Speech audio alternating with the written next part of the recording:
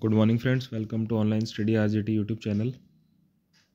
और इस नोटिस के बारे में आप लोगों को सूचना मिल ही गई होगी। ग्रुप में कल नोटिस आ गया था, जो कि आप लोगों को पता है कि कोर्ट ऑफ कंटेम्प्ट यहाँ पे किया गया था एक मुकदमे के तहत। यहाँ पे आप लोग उसको भी देख सकते हैं। ठीक है, एप्लीकेंट अलका पाल है इसमें, और एडवोकेट कौन है और किस बेंच में ये है वो भी आपको पता है। कोर्ट नंबर 51 में ये है।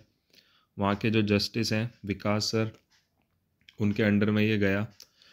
कोर्ट ऑफ कंटेम्प्ट में क्या होता है आप लोगों को बता दूं मैं कि एक नोटिस जो है वो जाता है कोर्ट की तरफ से, और वो ये नोटिस जाता है कि आप लोगों ने जो भी यहाँ पे आप लोगों का आदेश आया था जिसमें कहा गया था कि आप लोगों का एग्ज़ाम जो है वो करवा दिया जाए, उस पर आप लोगों को पता है कि लगभग लगभग 6 महीने हो गए हैं। बहुत समय हो गया है, जुलाई से लेके अब तक इतना समय हो गया है, बहुत ज़्यादा समय हो गया है, जिस पर इन्होंने अभी तक किसी भी प्रकार का कोई भी एक्शन नहीं लिया है संस्थान ने। ठीक है ना, पीएनपी ना एससीईआरटी, किसी ने कोई एक्शन नहीं लिया है।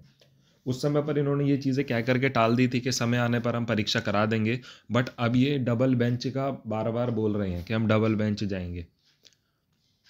डबल बेंच जाने के पीछे कारण यही है इन लोगों का कि अगर हम इस तरीके से मौका दे देते हैं बच्चों को, तो कहीं ना कहीं फिर हर बार बच्चा कोर्ट के द्वारा यहाँ पे परमिशन ले आएगा और हमें उसकी परीक्षा करानी पड़ेगी, और एक ये नियम चल जाएगा कि जिसको चौथा चांस चाहिए होगा वो बच्चा कोर्ट जाएगा इकट्ठा होकर के, और वहाँ से ऑर्डर ले आएगा, ऑर्डर पास हो जाएगा और हमें फिर परीक्षा करानी पड़ेगी। तो ये इस चीज़ से बचना चाह रही हैं, इसलिए ये बार बार डबल बेंच का दिखा रहे हैं कि हम डबल बेंच जाएंगे।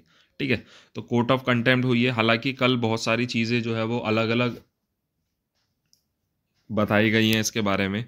ठीक है, तो इसमें मुख्यतः जब शाम को मेरी एडवोकेट सर से बात हुई इसके बारे में लेकर के, क्योंकि देखो कोर्ट की लैंग्वेज है, हमें इतनी समझ नहीं आएगी कि क्या इसमें कहना चाह रहे हैं, क्या सारी चीज़ें। तो मैंने उनसे जानकारी ली इसके बारे में, और अब ये इसलिए वीडियो बना रहा हूँ कि ताकि जो लोग मुझे इस चीज़ के बारे में बार बार अलग अलग से पूछ रहे हैं, तो उनको एक वीडियो में मैं बता दूँ कि इसके अंदर हुआ क्या है। ठीक है, तो एक नोटिस जाता है और उसमें जवाब देना पड़ेगा इनको कि भाई क्यों आप लोगों ने अभी तक किसी भी प्रकार की कोई परीक्षा नहीं कराई, क्या कारण है। वो सारी चीज़ों के लिए कोर्ट ऑफ कंटेम्प्ट किया जाता है कि ताकि जो आदेश का पालन ये लोग नहीं कर रहे हैं या जो आदेश का पालन नहीं कर रहा है, उस चीज़ पे वो जवाब दे कि भाई क्यों अभी तक हमने इस चीज़ का पालन नहीं किया। कुछ कारण तो होगा इसके पीछे कि क्यों अभी तक नहीं कर रहे हैं। तो ये सारी चीज़ें इसके अंदर यहाँ पे हुई हैं। ठीक है,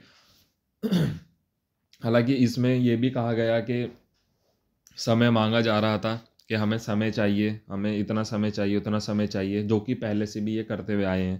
पहले भी इन्होंने जब कोर्ट केस चल रहा था उस समय पर भी इन्होंने कहा कि 1 महीने का समय चाहिए, जज ने इन्हें समय दिया। उसके बाद भी इनका कोई रिप्लाई नहीं आता है। उसके बाद फिर इन्हें 1 महीने का समय और मिला था जब छुट्टियां पड़ी थी आप लोगों की, ये गर्मियों वाली, जून वाली। उसके बाद भी इनका कोई जब जवाब नहीं आता है, तब जा कर के वो केस वहाँ पे फाइनल हुआ था और डिसाइड हुआ था, क्योंकि इनकी तरफ से कोई प्रतिक्रिया ज़्यादातर आ ही नहीं रही थी। हर बार ये यही बहाना बना देते थे कि हमने तो चांस दिया नहीं है, और कोरोना काल की वजह से ये हुआ है, ये सारी चीज़ें। ठीक है, तो अब इनको एक समय दिया हुआ है यहाँ पे 12/2/2024 का, जिसमें ये जवाब देंगे कि आप परीक्षा क्यों नहीं करा रहे हो, आप लोग डबल बेंच जा रहे हो तो उस चीज़ को क्लियर करो कि हाँ हम डबल बेंच जा रहे हैं। ठीक है, कोर्ट ऑफ कंटेम्प्ट के बाद डबल बेंच जा सकते हैं, ये कोई उसमें वो नहीं है, वो मैं पहले भी आप लोगों को मैंने बताया है। कोर्ट ऑफ कंटेम्प्ट सिर्फ इसलिए होती है कि एक तरीके से आपने दोबारा से उन्हें सचेत किया है कि आप इस पर रिप्लाई दो। अब ये रिप्लाई में क्या देते हैं, ये चीज़ ये लोग जाने। ये रिप्लाई में ये भी कह सकते हैं कि हम डबल बेंच जा रहे हैं, हम डबल बेंच में इस मामले को देखेंगे, तो कोई इन्हें बाध्य नहीं कर सकता है। ये दो लोग डबल बेंच जाएंगे और वहाँ पे मुकदमा ये चलेगा। ठीक है, बट अगर ये यहीं पर इसी चीज़ को एक्सेप्ट कर लेते हैं कि चलिए ठीक है हम परीक्षा करवा देते हैं ये वो सो, तो इसमें जल्द से जल्द कोई भी चीज़ जो है वो हो जाएगी। बट मुझे अब ऐसा लग रहा है कि ये डबल बेंच ही जाएंगे। क्यों? क्योंकि अगर इन्हें कराना होता तो ये अब तक करा देते। इन पे इतना प्रेशर पड़ रहा है, लखनऊ बेंच का प्रेशर इन पे पड़ा, इलाहाबाद बेंच का प्रेशर इन पे पड़ा, अब कोर्ट ऑफ कंटेम्प्ट भी हो गया है, उसके बाद भी ये कुछ करने के लिए तैयार नहीं है।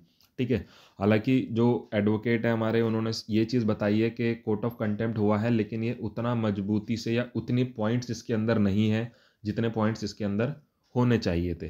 ठीक है, बट लेकिन ये भी अच्छी चीज़ है कि चलिए अगर हुआ है तो कहीं ना कहीं फ़ायदा तो देखो सभी को मिलना है इस चीज़ के अंदर।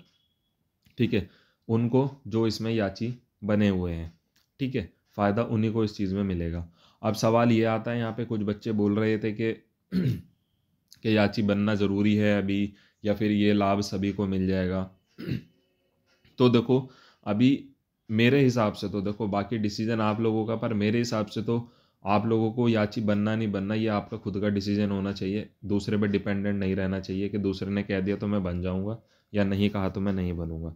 ठीक है, वो आपका खुद का डिसीजन होगा, बनना है या नहीं बनना है। बस अभी जिन बच्चों का मुकदमा हो चुका है, जो फाइनल हो चुके हैं, आप लोग इनको थोड़ा सा देख सकते हो कि इनकी प्रक्रिया क्या चल रही है। मान लो डबल बेंच में भी मामला जाता है, तो डबल बेंच जाने के बाद अगर आपको लग रहा है कि हाँ डबल बेंच जीत रहे हैं, वो सारी चीज़ें तो बता ही देंगे आप लोगों को कि डबल बेंच जीत रहे हैं, तब आप तुरंत याची बन के, और हाँ आप उस चीज़ का लाभ ले सकते हो, और आप अपने उसमें दूसरा जो डबल बेंच का ऑर्डर है उसको अलाउ करवा सकते हो। ये एक प्रोसेस हो सकता है आप लोगों के साथ।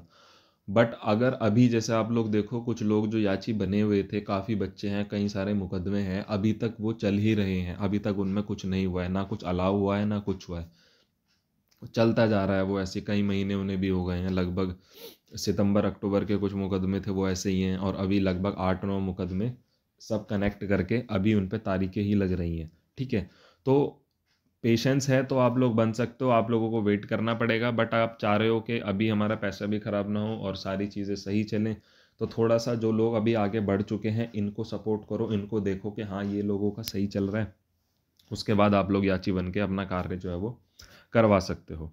और बाकी स्वतंत्र आप लोगों का अपना खुद का डिसीजन है कि आप लोगों को क्या करना है। ठीक है, तो कोर्ट ऑफ कंटेम्प्ट के अंदर सिर्फ ये इतना ही है कि नोटिस गया है, जवाब उनसे लिया जाएगा कि क्या आप लोगों का स्टैंड है, परीक्षा कब कराओगे, कैसे कराओगे, या नहीं कराओगे तो क्यों नहीं कराओगे, तो ये सारी चीज़ें ये जवाब देने के लिए बाध्य वहाँ पे रहेंगे। ठीक है, क्या बात होती है क्या नहीं होती है वो हमारे एडवोकेट सर वहाँ पे, सिद्धार्थ खरे, कौनते सिंह, वो वहाँ पे रहेंगे। वो ही सारी जानकारी इस चीज़ के बारे में जो है वो मेरे को बताते रहते हैं कि क्या है क्या नहीं है। ठीक है, क्योंकि कोर्ट की प्रक्रियाएं, कोर्ट की लैंग्वेज, वो सारी चीज़ें, कुछ चीज़ें तो अब जब हमने की हैं या बातचीत उनसे हुई है तो पता चली हैं, बट फिर भी उतनी नॉलेज हमें नहीं है जितनी नॉलेज उन लोगों को है। वो इस चीज़ को बेटर समझ पाएंगे कि किस चीज़ से हमें फ़ायदा है, किस चीज़ से नुकसान है। ठीक है, बाकी अभी आने वाले कुछ दिनों में जो अभी मुकदमा चल रहा है उसमें डेट भी लगेगी, उसमें तारीख लगेगी, तो उसके अंदर क्या क्या सारी चीज़ें होती है इसका प्रभाव वहाँ पर भी देखने को मिलेगा। ठीक है, कोर्ट ऑफ कंटेम्प्ट का नोटिस इनके पास जाएगा, फिर वहाँ से भी इनके ऊपर दबाव बनेगा, तो ये कुछ ना कुछ रिप्लाई उस चीज़ पे ज़रूर करेंगे। ठीक है, आगे का जैसा भी रहता है वो आप लोगों को बता दिया जाएगा। फिलहाल वीडियो में सिर्फ आप लोगों के लिए इतना ही, तो थोड़ा सा पेशेंस और सब्र बनाए रखो, क्योंकि ये चीज़ मैंने पहले भी कही थी कि कोर्ट में जब मामला जा चुका है तो वो कोर्ट के हिसाब से ही सॉल्व होगा, उस पे कोई दूसरी चीज़ हस्तक्षेप नहीं कर सकती है, क्योंकि कानून बनाया है इसलिए गया है, वो कानून के दायरे में और कानून के हिसाब से ही सारी चीज़ें होंगी। तो थोड़ा सा अपने अंदर पेशेंस रखिए, पॉजिटिव रहिए, कोई दिक्कत नहीं है। चीज़ें जब इतना समय लगाया है तो आगे थोड़ा सा समय और सही। ठीक है, तो वेट करिए, सब्र करिए, जो चीज़ें होंगी अच्छी होंगी, इस चीज़ की आप लोग दुआ करते रहिए। ठीक है, थैंक यू।